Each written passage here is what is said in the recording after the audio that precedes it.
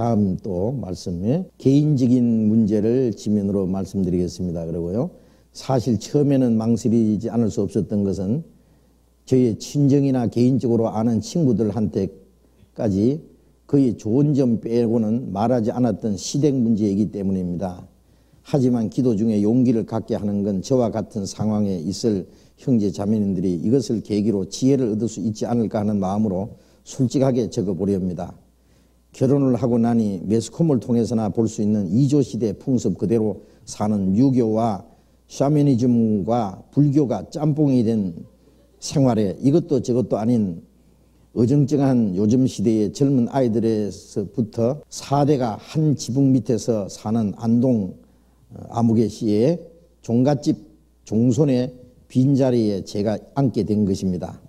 쪽두리를 쓰고 밥을 먹는데 어찌나 눈물이 퍼붓던지 그 눈물이 8년 동안이나 왔습니다. 상대방을 알기도 전에 형식에 짓눌려 억압해 오는 압박감은 마치 저 아프가니스탄에 뭔가를 뒤집어 쓴 여자들의 고통을 연상케 하는 저의 시댁의 모습을 목사님은 연세가 계시니까 조금은 아시겠지요. 잘 모르겠는데 아직까지도 단발령이 끝나지 않은 곳은 우리나라에 몇 군데 없을 것입니다. 갓을 쓰고 사시는 정조 할아버지, 비녀를 꽂고 사시는 정조 할머니와 시어머니, 긴 머리를 자르지 못하는 동서, 간장을 몇 가지나 담고 결혼식 날 신혼여행을 가기도 전에 사당으로 가서 몇십 배를 절하고 밤에는 베개를 들고 들어오시는 시어머니가 베개 들고 방으로 들어오시는 거예요. 신발을 집 쪽으로 향하게 가지런히 놓지 않으면 혼이 나고 아이의 머리는 동서남북을 고려해서 눕혀야 하고 또 제사는 왜 그리 많은지 추석날에는 새벽 2시에 제사식이 거행되면은 5시에 끝나 다시 6시부터 차례상을 차려야 하고 요즘 우리 시대의 제사가 아닌 그야말로 제사 성전을 연상케 합니다. 처음에는 분위기에 눌려 이것저것 사당에 절하는 것부터 모든 것을 쥐죽듯이 따라서 했습니다. 그러다가 몇 년 전에 8, 9년 전에 대학 때 들었던 말씀이 생각이 나기 시작했고 서울에 도착했을 때 무조건 주소와 약도를 가지고 교회를 찾았습니다. 그 이후 구원을 받고 기쁨이 시작됨과 동시에 또 다른 숙제와 더 큰 무게가 제 가슴을 누르기 시작했습니다. 구원을 받고 시골에 가니 죽어도 예전에 했던 그 모든 행위들을 따라서 할 수 없더군요. 그때 이후 6년여 동안 영적 싸움이 포물선처럼 그치지 않았습니다. 이제는 누가 지쳤냐고 말해야 할지 서로가 민감한 부분은 건드리지 않으려고 노력하는 시댁 식구들이 느껴집니다. 최소한 저에게는 사당에 절시키지 않고 그런 곳에는 데려가지 않고 제사밥 대신에 시어머니께서 따로 음식을 주시고 제사 음식은 아예 싸주시지도 않습니다. 하나님이 피할 길을 주신다는 말씀을 실감케 하듯 시어머니를 통해 숨을 돌릴 수 있을 때가 많습니다. 자, 이런 집안에서 살다가 구원을 받았답니다. 구원을 받고 나서 이제 진짜 싸움이 시작됐는데 이제 그때부터는 전에처럼 물론 이제 그 시집살이는 그대로 하셨겠지만은 제사라든지 그런 것은 따르지 않은 것 같습니다. 그래서 이제 그 싸움에 이기신 것 같아요. 이제는 그게 절대 양보하지 않고 사당에 절도 안 해도 되고 제사밥도 이제 아예 안 먹는 줄 알고 하지만 또 다른 시험은 다시 시작되고 있습니다. 제 남편이 그 싸움 와중에도 저번 목사님의 전도 집회 때까지 7번을 들었지만 끝부분에 집안 문제로 돌아서고 맙니다. 그리고 저의 큰아들이 7살이 되니까 본격적으로 사당에 절을 시키고 있지만 그때마다 아이가 자연스럽게 피해 줍니다. 이제 또 설에 대한 대치 방법은 큰일 났네. 큰아이가 초등학교 1학년이 되니까 시골에 자주 내려가지는 않지만 종손으로서 해야 되는 행위들이 시작되고 있습니다. 구원받은 엄마로서 어떻게 이런 아이를 키워야 할지 지혜로운 방법을 가르쳐 주세요. 제가 받는 것보다 아이가 받는 것까지 설명을 다 하지는 못하겠습니다. 참 어려운 집안이네요. 아주 옛날 유교 불교 다 합해가지고 전통적인 관습에 철저하게 지키는 그런 집안인 것 같은데, 아이고, 어렵겠습니다. 근데 자기는 이제 거기서 이제 해방된 것 같은데 남편님이 말씀을 7번이나 들으셨다는데 어떻게 7번을 잘 듣기는 들으셨는데 아직 구원을 못 받으신 것 같으네요. 남편이 먼저 구원을 잘 받으시면 좋겠네요. 그리고 이제 어린 애가 거기 가서 이제 절을 하도록 자꾸, 근데 그동안에는 잘 피해 왔는데 이번에 설에는 또 어떻게 할까 또 큰 걱정거리가 이제 앞에 있네요. 어떻게 아이를 키워야 될지라 그랬는데 뭐 간단하죠.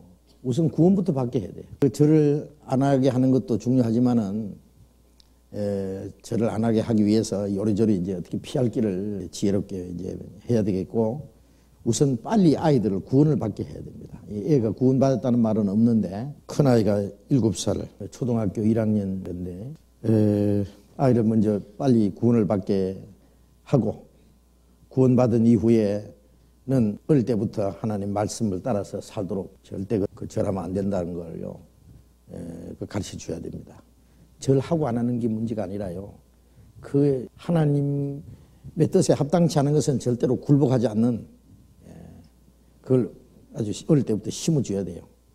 고린도전서 10장을 한번 찾아봅시다. 고린도전서 10장 20절. 대저 이방인의 제사하는 것은 귀신에게 하는 것이요 하나님께 제사하는 것이 아니니 나는 너희가 귀신과 교제하는 자 되기를 원치 아니하노라. 너희가 주의 잔과 귀신의 잔을 겸하여 마시지 못하고 주의 상과 귀신의 상에 겸하여 참여치 못하리라.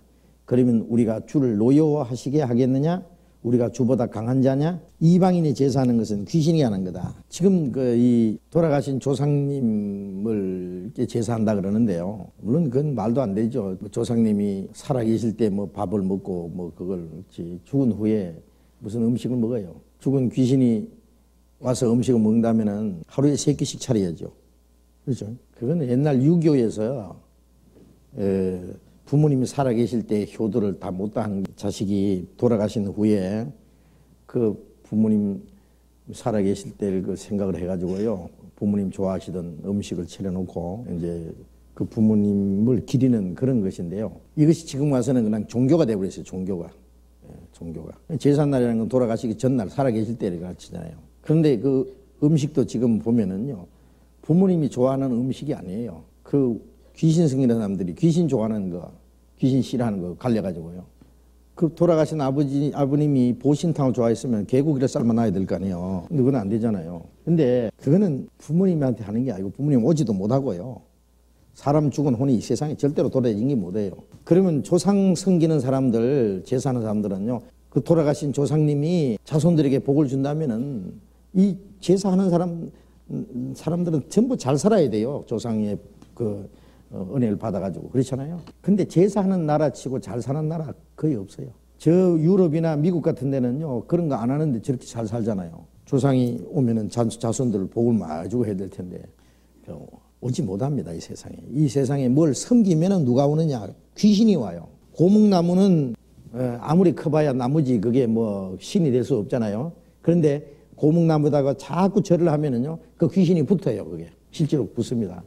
그래가지고 그때부터는 그 고목나무 건드리면 죽은 사람도 있어요. 귀신이. 왜냐하면 지금 하나님처럼 되려고 하다 쫓겨난 놈이 이 마귀고, 마귀 졸개들이 귀신이거든요. 예?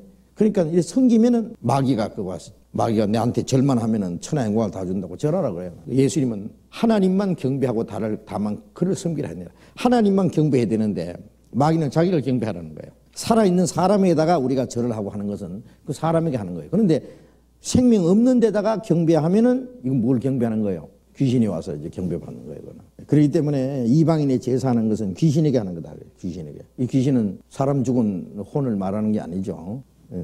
마귀와 그리고 함께 쫓겨난 그 마귀의 사자들, 귀신들이요. 그래서 너희가 귀신과 교제하는 자 되기를 원치 아니하노라. 그래서 그런 것들을요, 우리 믿는 사람들이 먼저 확실히 알고, 그래서 저희는 제사를 절대 할 수가 없어요. 그리고 어릴 때부터 이걸 가르쳐 줘야 돼요. 먼저 구원을 받아야만 그걸 알지. 구원 안 받은 애들은 그걸 이해할 수도 없어요. 구원받아서는 하나님의 자녀라는 거. 하나님의 자녀는 마귀를 섬길 수가 없다는 거예요. 구원받아야 하나님하고 마귀하고 이런 걸 구별해요. 그래서 구원 먼저 받게 하고 구원받은 후에는 디모데후서 3장에 있는 말씀처럼 네가 어려서부터 성경을 알았다. 그리고 모든 성경은 하나님의 감동으로 된 것으로 교훈과 책망과 바르게 함과 의로 교육에 유익하니 이는 하나님의 사람을 온전케 하며 모든 선한 일을 행하게 온전케 하려 함이라. 계속 성경을 가르쳐서 하나님의 사람으로 온전하게 선한 일을 행할 수 있도록 만들어줘야 돼요. 그래서 그건 어머니 혼자 힘으로 될 수 없고 어머니가 구원받도록 도와서 이 교회에서 어린아이를 잘 가르칠 수 있도록 하는 방법밖에 없겠죠. 이 정도로 믿음으로 끝까지 잘 견디 나가시기 바랍니다.